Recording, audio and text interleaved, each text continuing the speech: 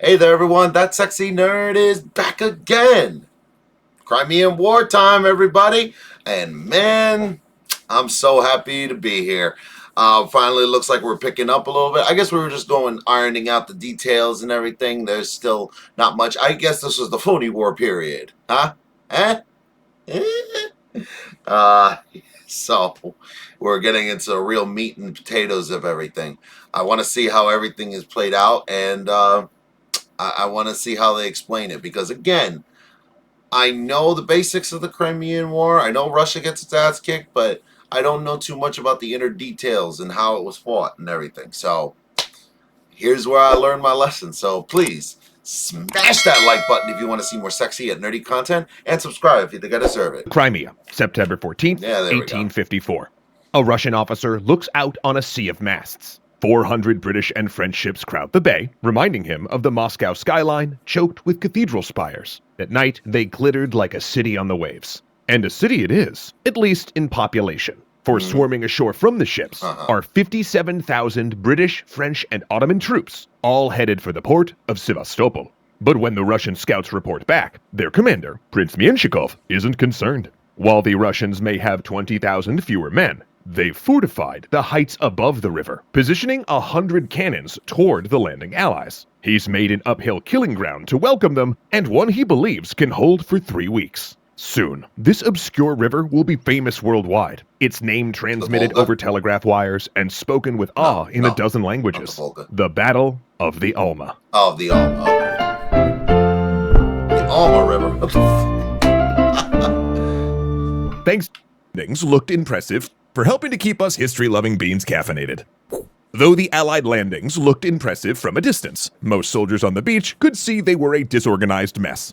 The British troops in particular looked haunted and discouraged. See, most recruits had expected to ship right to the Crimea in order to take Sevastopol. No. But instead, they'd been dumped ashore at Varna to gather strength and wait for orders. The army waited there for 3 months, rotting amid a massive sea of tents. So, while thousands of British troops had marched out of home villages and cities singing upbeat songs like "Cheer, boys, cheer," Cheerio, boys. Cheerio, cheerio.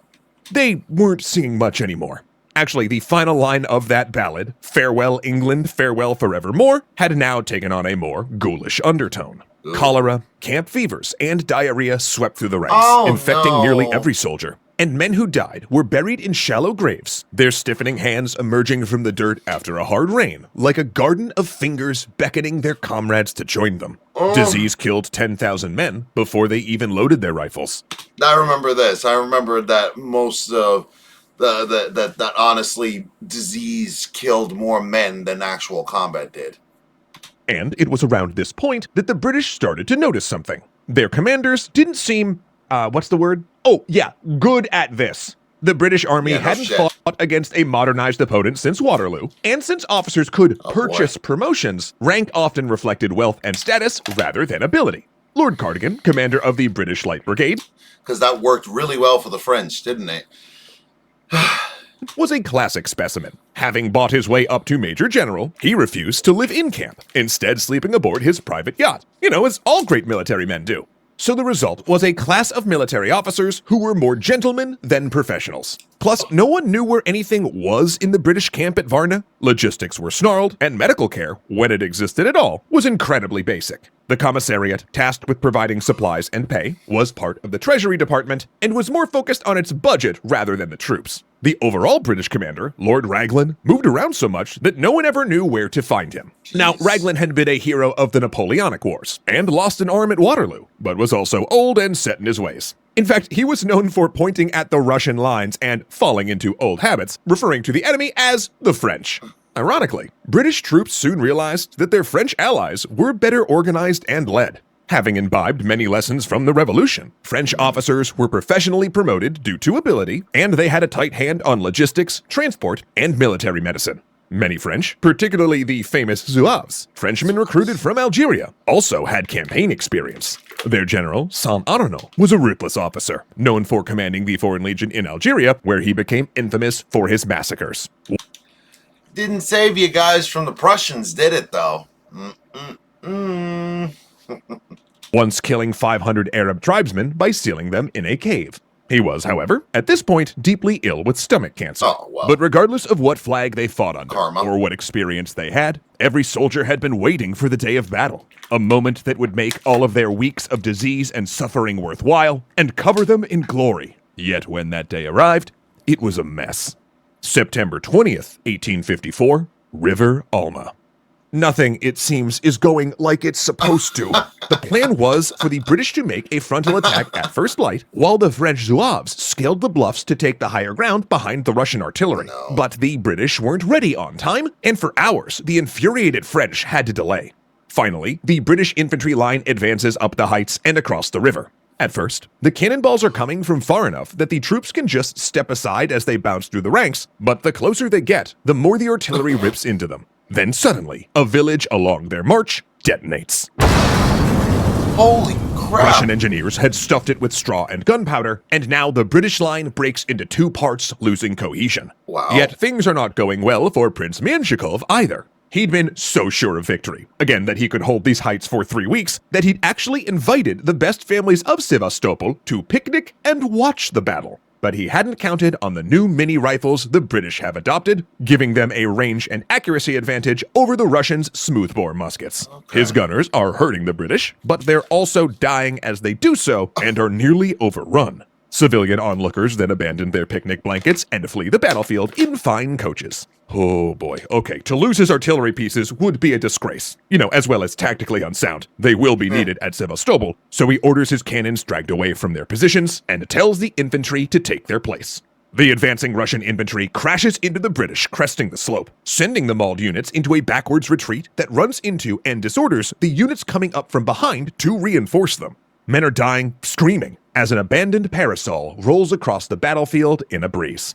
Then from behind, Menshikov hears the crack of rifles. More men fall. The French have seized the hills behind them, and more British are in range. It's over. The line he'd swore would hold for 3 weeks has fallen within hours. He orders a pullback Wow. to Sevastopol, but most of his men are already running. It seems like everybody is just ill-prepared for this fight. I mean, usually it's the Russians that are ill-prepared, but man, everybody's kind of screwed. Everybody except the French, no wonder. I remember them saying at the end of this, the French are the ones that are like, woo! Woo!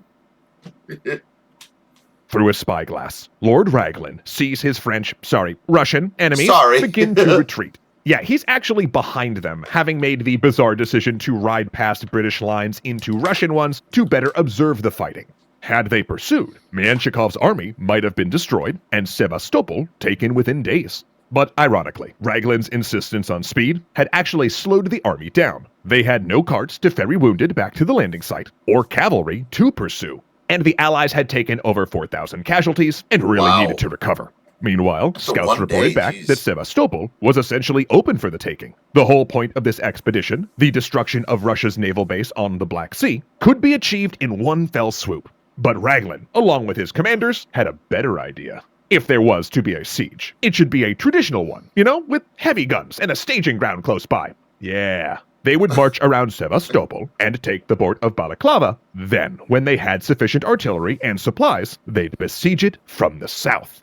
This move puzzled many, including a journalist from the Times of London, William Howard Russell. One of the first war correspondents, he was simultaneously awed by the bravery of the fighting men and disgusted by the deplorable conditions, I would extreme imagine. violence, and what he saw as the incompetence of Raglan and the aristocratic officer class. His accounts, carried by ship, would increasingly begin to shape public opinion of the war.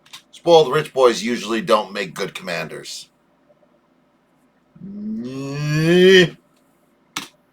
Meanwhile, in Sevastopol, civilians were panicking in anticipation of an Allied force that would surely storm the city, yet as we already know, a force that never came.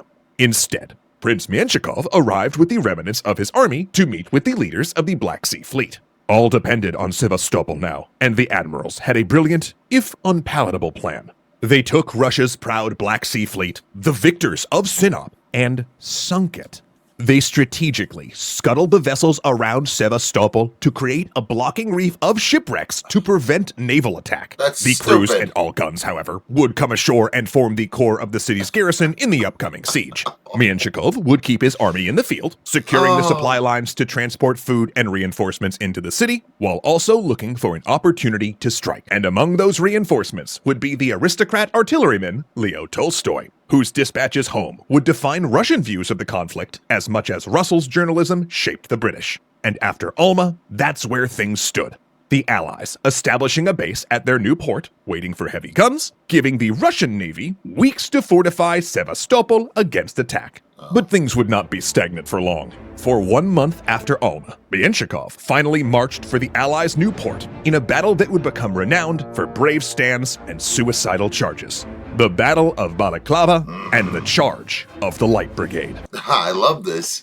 Much better video, much more entertaining. It's surprising to see. I can see how, like, you know, everything turned out the way it is. And you know what? Really, I'm kind of itching for them to do a, what do you call it? A video on the Franco-Prussian War, because I know there's a lot of stuff there. And not only that, it ties into World War One, because it started the whole French and Germany thing, you know, them hating the crap out of each other for a really long time because they keep taking territory away from each other. Prussia took away territory from them first. Then after World War One, the whole Alsace-Lorraine thing happens, and yeah, it's so interesting, it's so fascinating.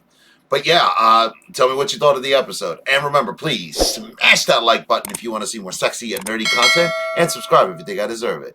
And I'll see you on the next video.